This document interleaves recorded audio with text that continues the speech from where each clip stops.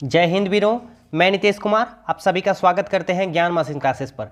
दोस्तों, आप मेरे साथ जुड़कर अपनी तैयारी को और भी बेहतर बना सकते हैं। मेरे साथ जुड़ने के लिए आपको यूट्यूब चैनल ज्ञान मशीन क्लासेस को सब्सक्राइब करना पड़ेगा। दोस्तों, आज हम लेकर आए हैं क्लास 10th का एनसीईआरटी का बुक, जिसमें साइंस का पोर्शन हम लोग ऑब्जेक्टिव क्वेश्चन का सीरीज स्टार्ट कर रहे हैं और उस पर आज हम लोग आगे बढ़ चुके हैं और आज देखने वाले हैं कार्बन एवं उसके यौगिक पर। दोस्तों, इस क्लास का पीडीएफ आपको अगर चाहिए तो आप हमारे टेलीग्राम चैनल से जुड़ सकते हैं। टेलीग्राम चैनल का लिंक डिस्क्रिप्शन पर दिया हुआ है। तो चलिए दोस्तों, ज़्यादा बातें ना करते हुए क्लास को स्टार्ट करते हैं। पहला क्वेश्चन कह रहा है कि एथेन का आणविक सूत्र होता है C2H6, इसमें कितना सहसंयोजक बंधन होता है। तो दोस्तों, अगर आप सभी को नहीं पता तो यहाँ देख लीजिए, जो C2 होता है, एक C इधर एक C इधर रख लीजिए दोस्तों, यहाँ पे H और इधर इस तरह का H चारों तरफ होता है। दोस्तों, ये इसका स्ट्रक्चरल फॉर्मूला है, ठीक है। तो इसमें देख पाएंगे दोस्तों आप कि कितना सहसंयोजक बंधन है। तो आपको दिख रहा है 1 2 3 4 5 6 7। तो देखिएगा दोस्तों, एथेन में कितना होता है आपका सहसंयोजक बंधन? 7। तो इसका राइट आंसर क्या हो जाएगा दोस्तों? 7 सहसंयोजक बंधन। तो इसका राइट आंसर हो जाएगा ऑप्शन नंबर बी, 7 सहसंयोजक आबंध इसका राइट आंसर हो जाएगा। चलिए दोस्तों, अगले क्वेश्चन की ओर बढ़ते हैं।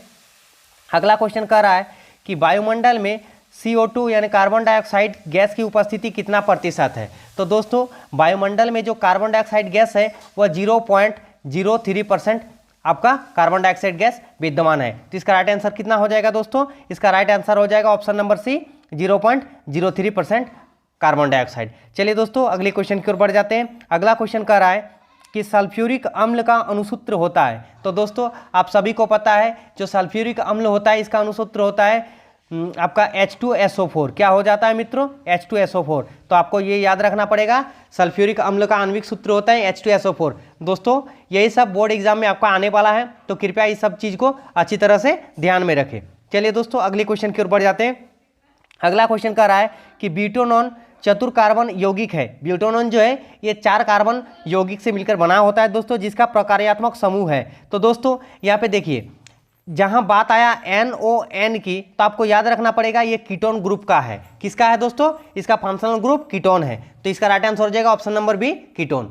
चलिए दोस्तों, अगले क्वेश्चन की ओर। अगला क्वेश्चन कह रहा है कि संगमरमर का रासायनिक सूत्र क्या होता है। दोस्तों, संगमरमर हो गया आपका, खड़िया हो गया आपका, चौक हो गया आपका, अंडा का छिलका हो गया, ये सब का ये आपका रासायनिक सूत्र एक ही होता है। क्या होता है दोस्तों? CaCO3। क्या होता है? CaCO3 यानी कैल्शियम कार्बोनेट। आपको याद रखना पड़ेगा, ठीक है। अंडा का छिलका, संगमरमर, खड़िया, ये सब का यही फॉर्मूला होता है। चलिए दोस्तों, अगले क्वेश्चन की ओर बढ़ जाते हैं। अगला क्वेश्चन कर रहा है कि CnH2n+2 किसका सामान्य सूत्र है। तो देखिएगा दोस्तों, एक होता है CnH2n+2, ठीक है। एक होता है CnH2n और एक होता है CnH2n-2। तो ये एल्केन का होता है जिसमें सिंगल बॉन्ड होता है दोस्तों।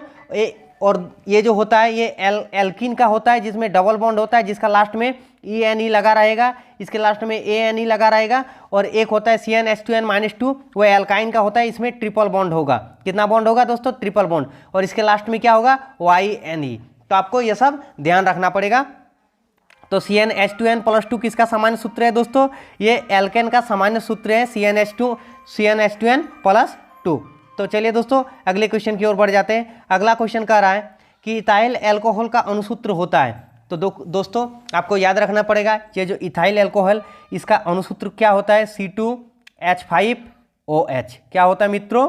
C2H5OH इसका आपका रासायनिक फॉर्मूला हो जाता है, यानी केमिकल फॉर्मूला हो जाता है आपका इथाइल अल्कोहल का। तो आपको याद रखना पड़ेगा, जहां OH की बात आया दोस्तों, ये याद रखना पड़ेगा ये अल्कोहल है, ठीक है।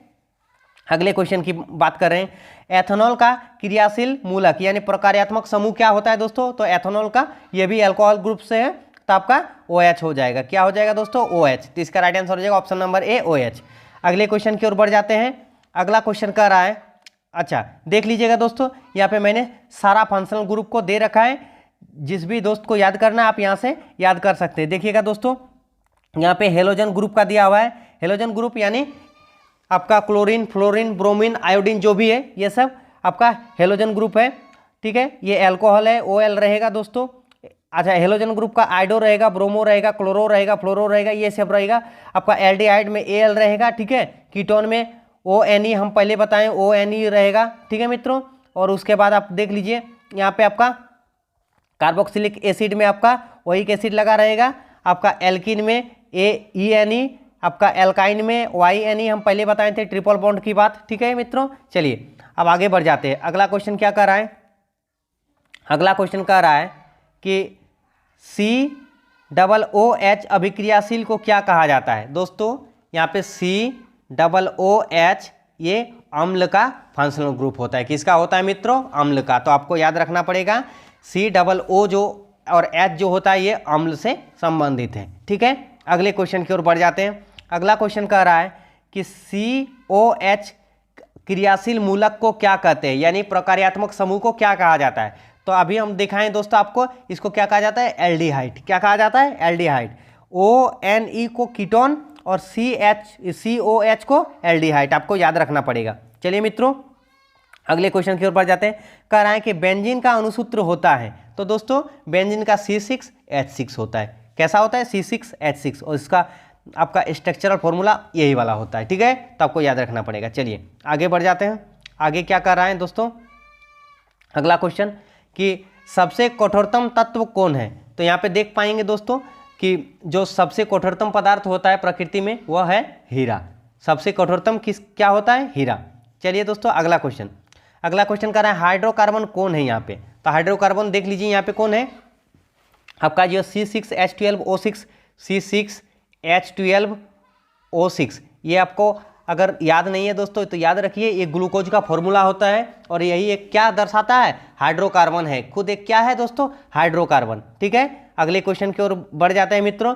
अगला क्वेश्चन कर रहा है कि मीथेन मुख्य अवयव होता है। मीथेन किसका मुख्य अवयव होता है दोस्तों, तो जैव गैस का। जैव गैस का मतलब होता है कि जो जीवाश्म गैस है उसका मुख्य अवयव क्या होता है, आपका मीथेन गैस होता है, ठीक है। और मीथेन गैस का फॉर्मूला क्या हो जाएगा दोस्तों, CH4, आपको याद रखना पड़ेगा। चलिए दोस्तों अगले क्वेश्चन की ओर बढ़ जाते हैं। अगला क्वेश्चन कह रहा है कि एल्केन की अभिलाक्षणिक अभिक्रिया होती है। तो दोस्तों एल्केन का काम क्या होता है, वो प्रतिस्थापन करता है। क्या करता है, प्रतिस्थापन। तो इसका राइट आंसर हो जाएगा ऑप्शन नंबर बी, प्रतिस्थापन अभिक्रिया। आपको ये सब याद रखना पड़ेगा दोस्तों, वेरी वेरी इंपॉर्टेंट क्वेश्चन है बोर्ड एग्जाम के लिए, ठीक है। सॉरी, चलिए आगे बढ़ जाते हैं।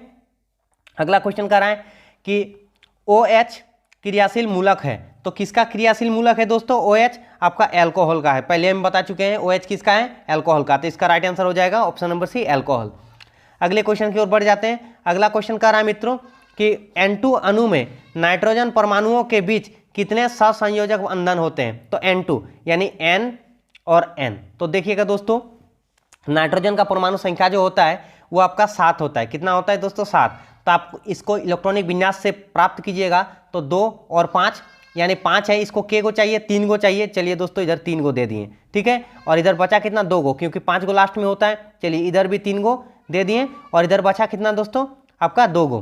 तो ये देखिएगा ये अणु कितना बंधन बनाता है, 1 बॉन्ड, 2 बॉन्ड, 3 बॉन्ड, क्योंकि इसका 3 गो लेके ये ऑक्टेट पूरा कर लेगा, ठीक है मित्रों। और इसका 3 गो लेके ये ऑक्टेट अपना पूरा कर लेगा। तो ये कितना बंधन से बंधा हुआ है दोस्तों, ट्रिपल बॉन्ड। यानी इसका राइट आंसर क्या हो जाएगा, ऑप्शन नंबर सी, त्रियाबंध, ठीक है दोस्तों। क्वेश्चन कर रहा है कि कार्बोनिल समूह को सूचित किया जाता है। देखिएगा दोस्तों कार्बोनिल यौगिक को किससे सूचित किया जाता है दोस्तों, तो आपका CO से सूचित किया जाता है कार्बोनिल यौगिक को। तो ऑप्शन नंबर सी इसका राइट आंसर हो जाएगा। अगले क्वेश्चन की ओर बढ़ जाते हैं दोस्तों।